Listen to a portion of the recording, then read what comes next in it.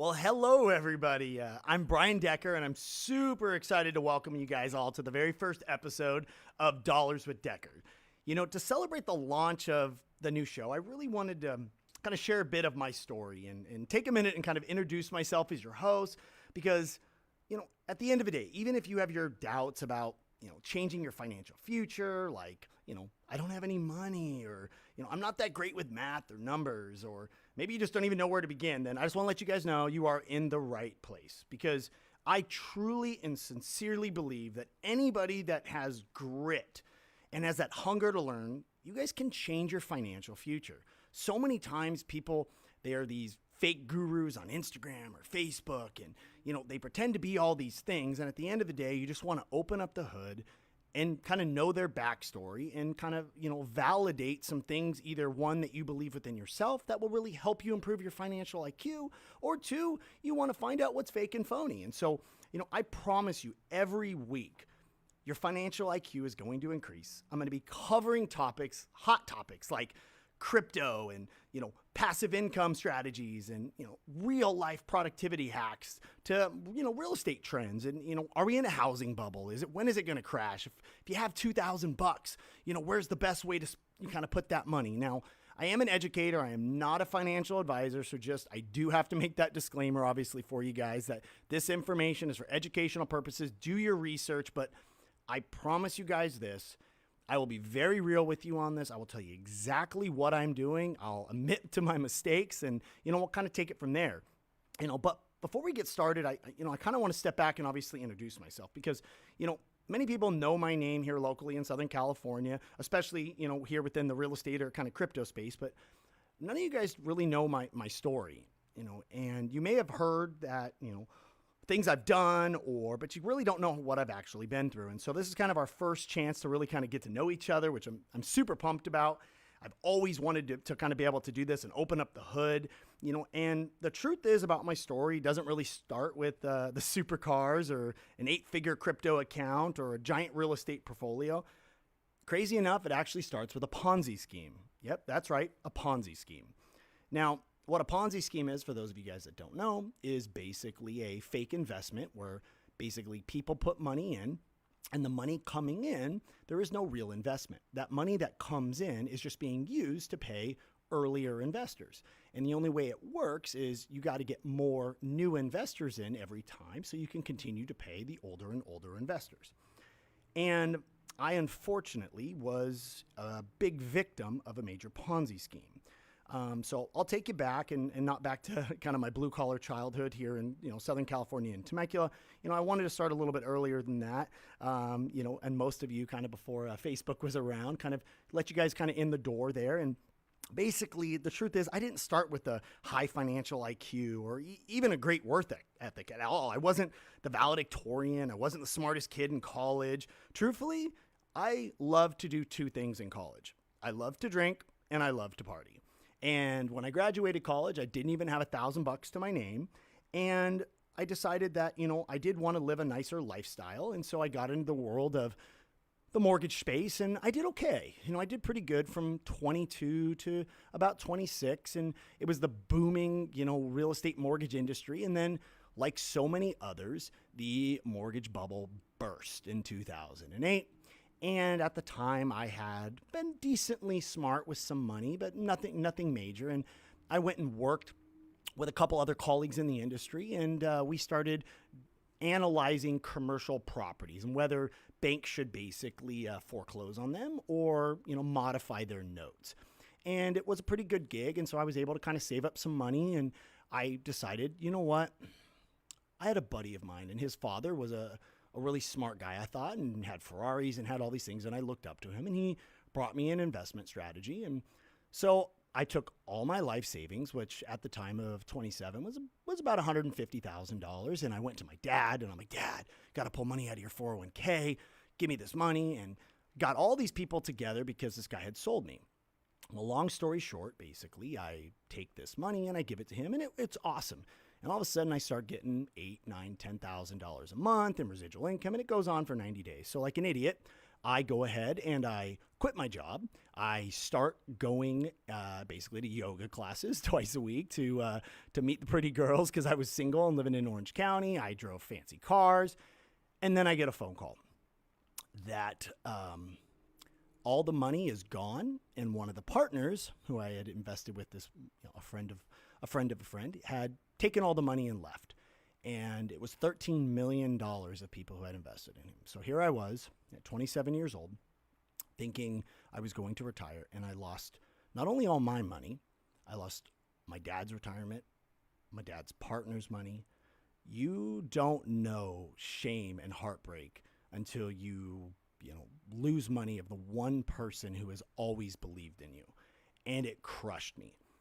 So I evaluated my life and I said, crap, this stinks. So I went and left all my friends in Orange County, and I knew that my dad taught me one thing. He always said you were capped by the average of your 3 closest friends' income. So I knew that my friends around me, they weren't really doing anything other than partying, that I had to go ahead and kind of change. It was that motto of, OQP, right? Only quality people. And so I moved away. Left Orange County, left all my friends. I had no money, and I moved into a crappy little apartment in San Diego with my brother, who was much younger than me, just because I couldn't afford it. It was in Chula Vista, and it was not a nice place. And I made a decision. I was going to get back into the mortgage industry at that time. I had no money. I literally had like $2,000 in my account, but I had an Amex card because I always kept good credit, and maxed out my Amex card doing mailers. Took that Amex card, maxed it out, buying all these mailers, and just was going to throw a Hail Mary. And that was in about July, August 2010. Well, with the Amex cards is you got to pay that bill off every month. So I kept pushing it off. And all of a sudden November came and I had like a $45,000 Amex bill due. Long story short, I worked 7 days a week, and I went from having no money coming in to all of a sudden my first commission check was $100,000. So used that money, paid off the Amex card, and I vowed that I would pay my dad back and I would do all these things. So I just sat there and I grinded. I did not go out. I did not party. I did not do anything. I just grinded. And I was able over the course of the next 18 months to save up about $1 million and worked really, really, really, really hard in the mortgage space. I, then kind of from there got recruited from a pretty big mortgage company at the time, did very, very well there, and was introduced to a certain company by a friend of mine, and they kind of made me a lot of promises. I went over there, moved to that company, super excited about it. 60 days after I go there, the person that recruited me over there left and took a bunch of consumers' information with them, and I was shocked. Long story short, the company that he left for and took the information from regards this massive lawsuit and loops all these people. And I was at this company 60 days, had nothing to do with anything, was completely blindsided, and found myself with a pregnant wife and was getting dragged through the mud in a lawsuit. From that point, long story short, basically they throw me out of a lawsuit because I was guilty of nothing.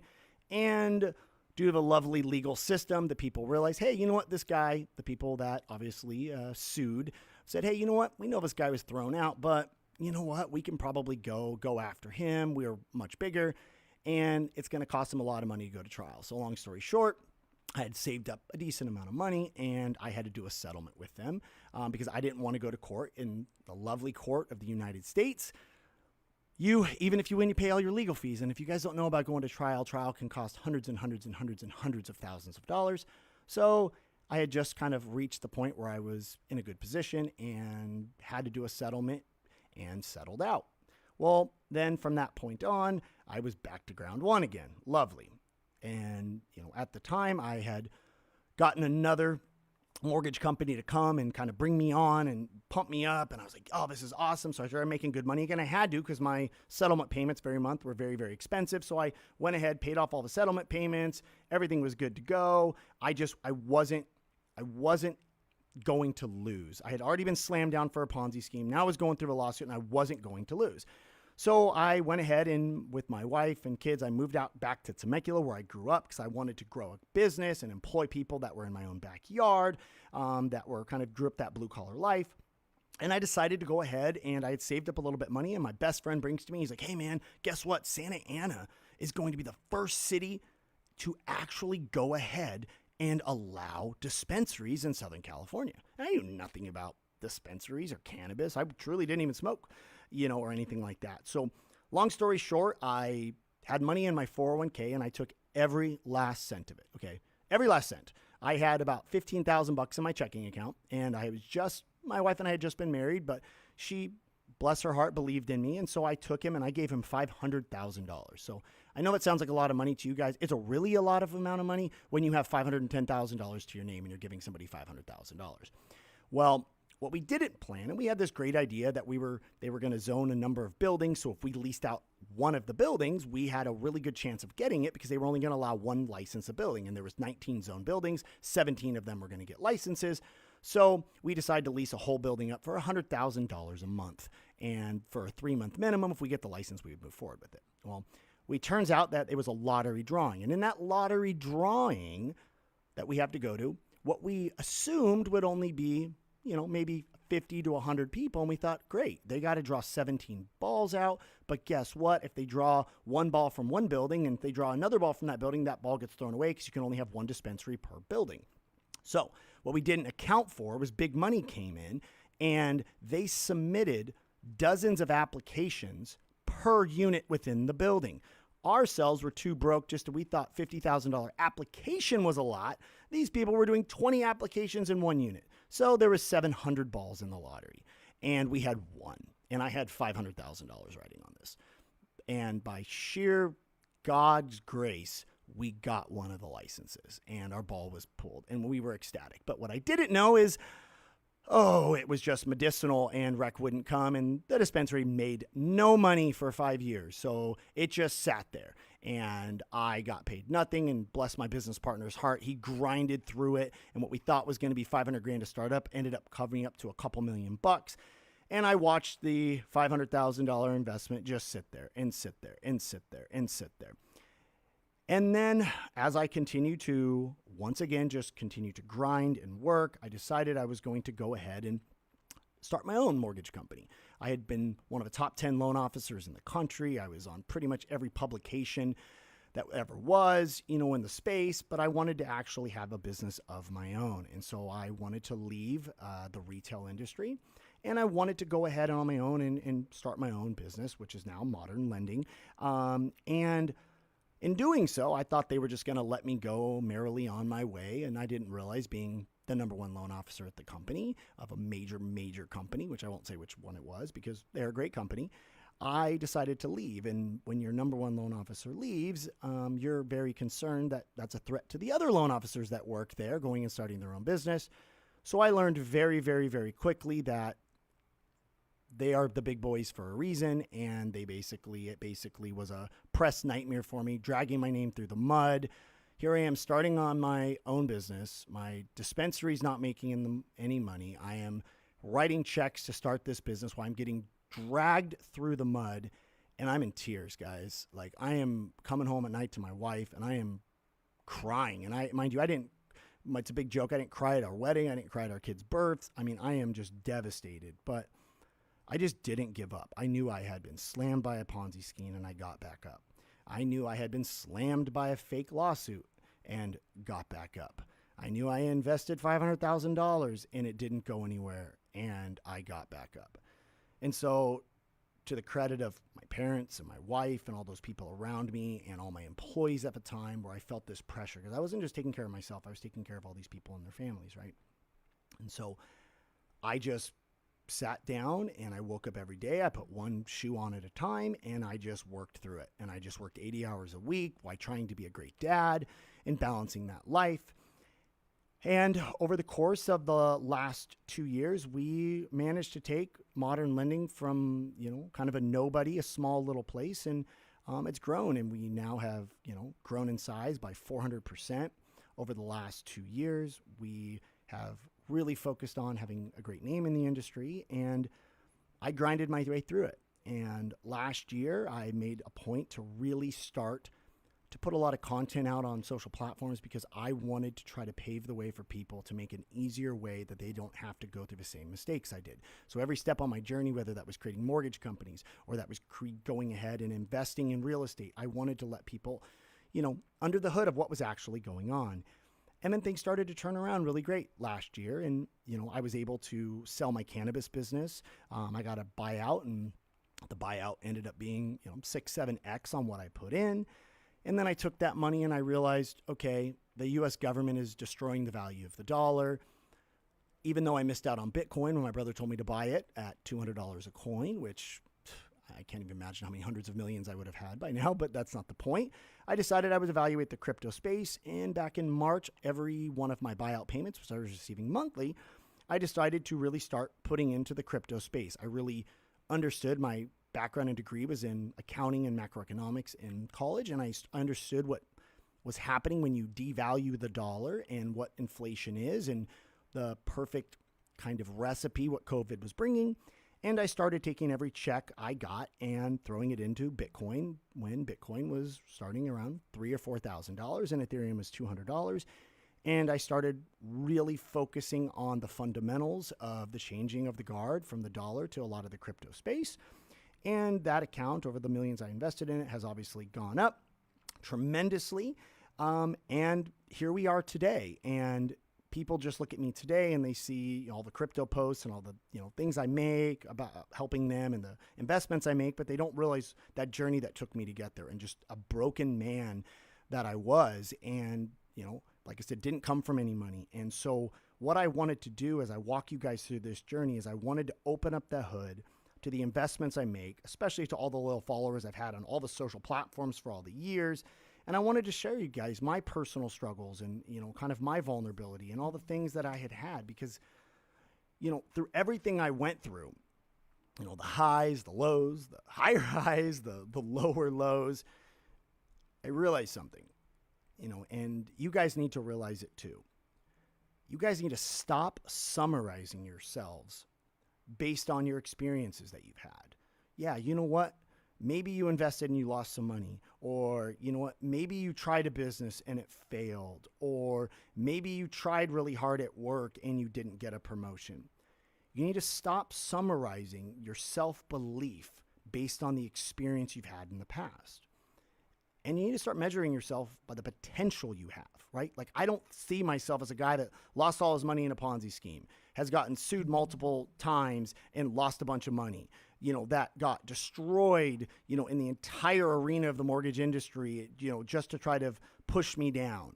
No, I have this insane confidence in myself because every time I got kicked down, I got back up. And that is something that is very scary about somebody. When you can give everything you got to somebody and he gets right back up, that's a dangerous person, right? And you don't get back up if you base your judgment of yourself on the experiences you have. It's only the potential you have going forward. And so, before we kind of really begin the journey of transforming, because this podcast is going to be about putting dollars in your bank account and increasing your financial IQ, because the school industry does a horrible job of teaching us both in high school and in college what we really need to learn to be successful in life, about credit, about investing, about the way money works, about how to start a business, all of those things. And, I've been blessed and fortunate enough to teach, and we run it out of our office now a lot of times, about teaching high schoolers. I want to change the community in which I grew up in and basically tell all these kids the things that wish I knew at their age, right? But before I can do that with you guys and really put that in, we kind of got to basically, for lack of a better word, we got to kind of unlearn some of your guys' limitations. You guys really need to learn that you guys judge yourselves based on your peers. Maybe they're at a better point than you are in life, but you ever thought maybe they just peaked too soon? Maybe you're a late bloomer. I'm not some motivational speaker. I'm not, going to be the guy that's going to hype you up and walk you away. What I'm going to do is I'm going to add value to I'm going to add dollars to your bank account, but I got to give you new tools in your toolbox. So when you're evaluating kind of those things in your life, what I did is I look back and I say, okay, Brian, what were the differences between you were a negative $50,000 net worth and credit card debt living in a crappy apartment to what are your routines and your fundamentals that you are at now with, an 8-figure bank account and all these other things. And I broke it down. I said, I made 5 simple changes. I did 5 simple changes with my life. And the first of those is basically and it may not be super popular, this thing, but I'm a firm believer. You cannot be confident and you cannot be resilient and you cannot be present without a healthy lifestyle, guys. You think about it this way. Your physical image is the first impression you make to anybody. And the way I look at it is if you're not taking care of yourself, you have more to lose than anyone by not taking care of yourself than your health. So when I walk into a room and if I was unkempt in my physical appearance, I was, grossly overweight, whatever it may be, people are going to view me and say, wait, I'm supposed to trust this guy with my money or trust this guy and he's not even taking care of himself? How is he going to take care of my assets and my things if he's not taking care of himself? And so I carved out time that I began every single one of my day by working out in the morning before my day started. I removed drinking. I do not drink during the week. I gave up soda and I gave up fast food. So if you want to run at a high level, you got to have some of those fundamental health changes. The second thing I did is I broke my routine and I broke my comfort zone. As Wiz Khalifa kind of famously say, I used to think sleeping late was cool till I realized waking up was the boss way, and I love that. So I made a point every single day to get up 15 minutes earlier. And I did that for usually like a 2-week period of time. So I brought my waking up time from 6:30 down to now 4:30. It took me a while to get from the 5:30 to the 4:30, but that's what I did. And I never broke this during the week because if you think about it this way, breaking your routine is like cancer. Once you break it once, that it just spreads, right? Just like if you let cancer cell in your body, that cancer spreads. So if you give up one time and let that, I'll sleep in a little bit later. You let cancer in, it's going to overtake your life. So you cannot let that cancer in. You need to keep that routine. So start your days, guys. Just start getting up 10 minutes early next week. There's only so much time in the day. We got to learn how to maximize that, right? And then I realized I started planning my night the day before. It was the third thing I started doing. Every day, I would plan and I would front load 3 tasks. I'd say, okay, these are the 3 things that I must do first thing in the morning. And I would make them things I didn't want to do. That client I didn't want to call, that going into the bank that I didn't want to do, or evaluating something that I knew was going to be uncomfortable. Because I knew if I got those 3 things out of the way, they wouldn't carry over. So I front loaded the crappy part and stuff of the day. Then the 4th thing I did is I stopped listening to music in the car. And you guys are obviously way ahead because you guys were listening to me here. But what I stopped doing is I didn't listen to music in the car. It was a waste of time. So I was in my car. I started listening to podcasts. I'd focus on like kind of one thing at a time. First was like maybe my health. Then I started learning about stocks, then crypto and real estate investing and so forth. Because there's only so much time in the day and I knew I had to multitask. I could drive and I could listen because self-education is the most beautiful thing you can give yourself. That is the only thing at the end of the day that truly will put additional dollars in your bank account is by learning new things that you can then implement in your life. And then the 5th thing, and it's a super uncomfortable thing, and I know you guys aren't going to necessarily like it, was I printed out my bank statements. And I knew, like, nobody likes to look at your bank statements, right? It's like going to the doctor, and they're going to get checked up. You're so afraid of what they're going to find. But what they find is you want them to find it, so therefore you can find the cure before it becomes a major, major issue. So I took my bank statements, and there's a challenge for every one of you guys on this.